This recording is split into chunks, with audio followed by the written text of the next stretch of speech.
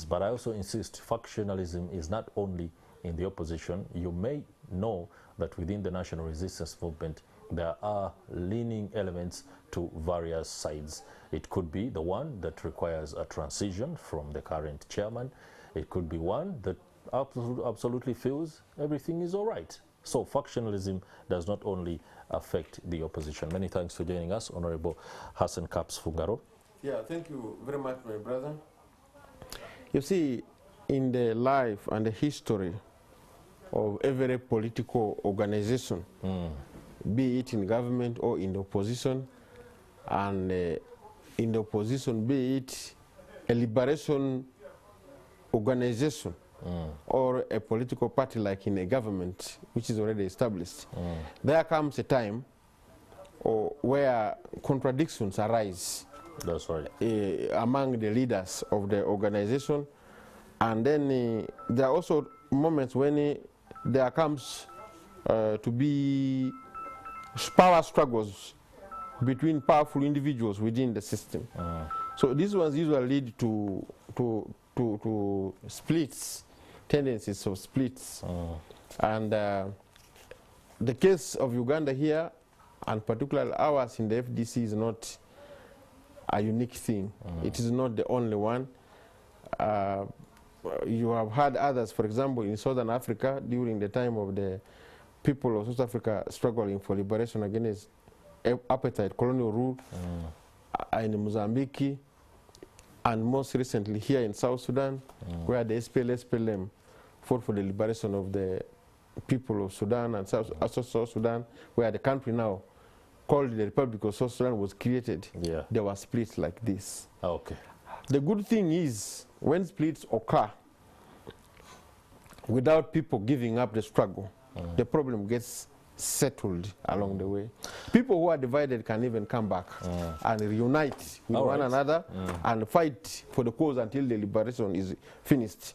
So the example you can look at is the one of South Sudan, where some leaders, even existing today in the government, left the liberation struggle, joined, quote unquote, the enemy, but later on came back. Later on returned. Yeah, for example, you see, with due respect, it is well known, Dr. Riek Machar came back after joining the government.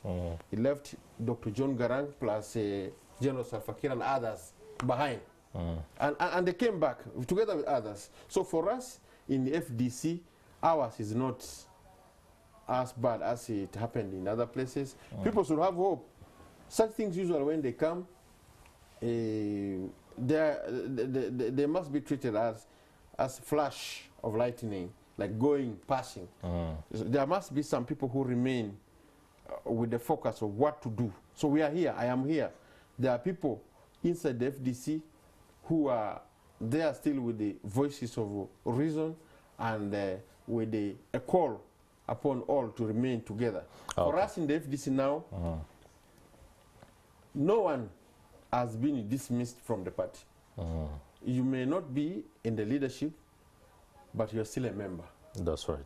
And even in the recently concluded the National Delegates Conference at Lugogo, where a new leadership was put up, and I was put up to be the deputy president in charge of Northern Uganda. We have a National Executive Committee created.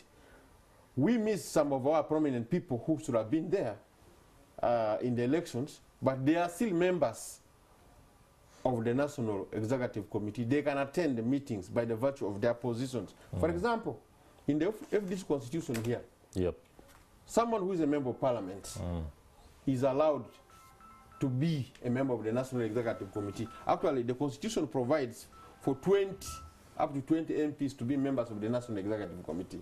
So our people who are in parliament, who never participated in the delegates conference,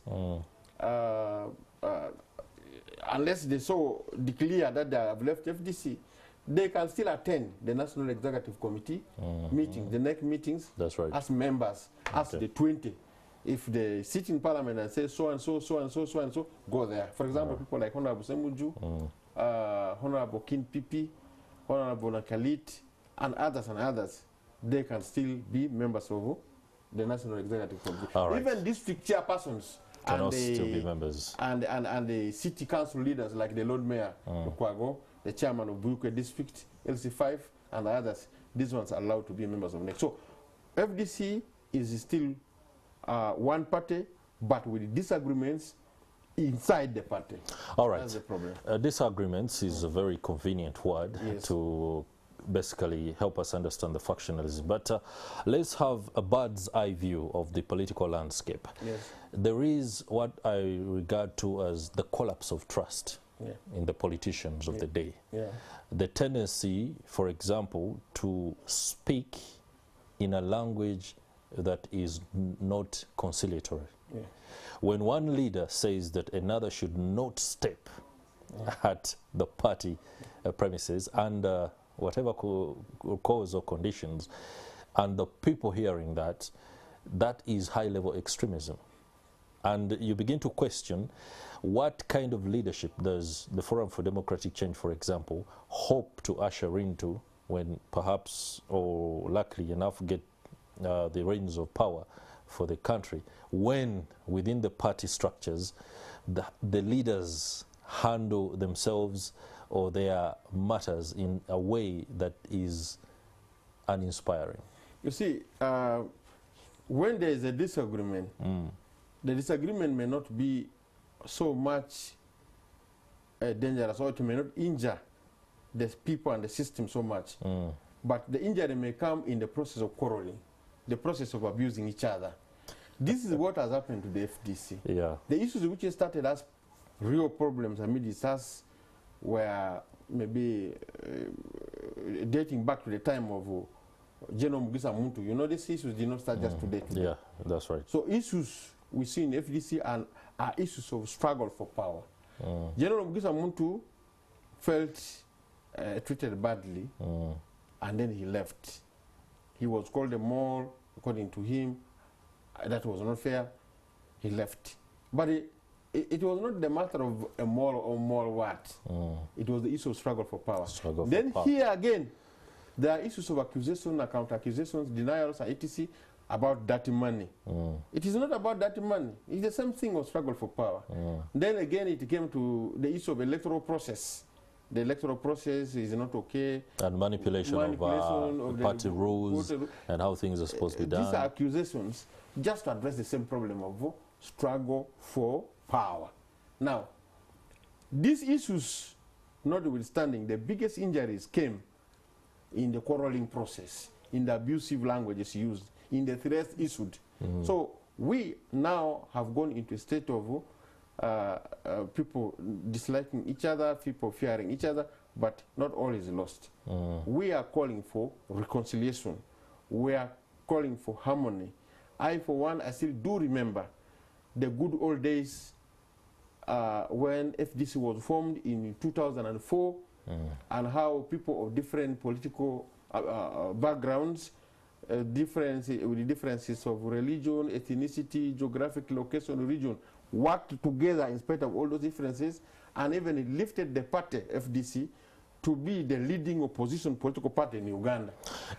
For us, we remember all the people who contributed, me, myself, I remember all the people who contributed to the founding of the FDC, and I respect them for their contribution, making FDC rise to the top.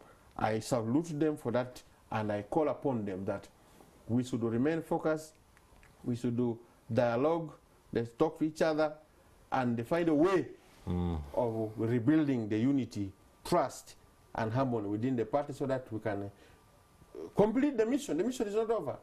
Our mission of helping Ugandans to remove the dictatorship of Museveni is not over. And yet now, the system is more actually ready for changing than ever before. Because in the side NRM, people are even looking for ways of change. All right. Is tired. Honorable Hassan Caps Fungaro, so we need to unite I'm afraid time is not our very best ally. We've already been done a disservice earlier, but of course I'm sure that the perspective shared is one that many will be able to build on, especially as the discussion continues online. Many thanks for joining us. Hassan Kapsungaro, Honorable former MP, is the FDC Deputy President in charge of Northern Uganda, having been elected at the just concluded event that was held, and that was under the auspices of the chairperson of the Electoral Commission of the Forum for Democratic Change. He described it as a delegates conference that has been debated, but that debate does continue. That will do it for this edition of Morning at 10 TV. It's been a pleasure having your company. We shall see you tomorrow. On behalf of my colleague, Priscilla Regina Naloga, and of course the team behind the scenes, let's go and find out exactly how Stephen Imbide is doing, because he fell into a ditch. Goodbye.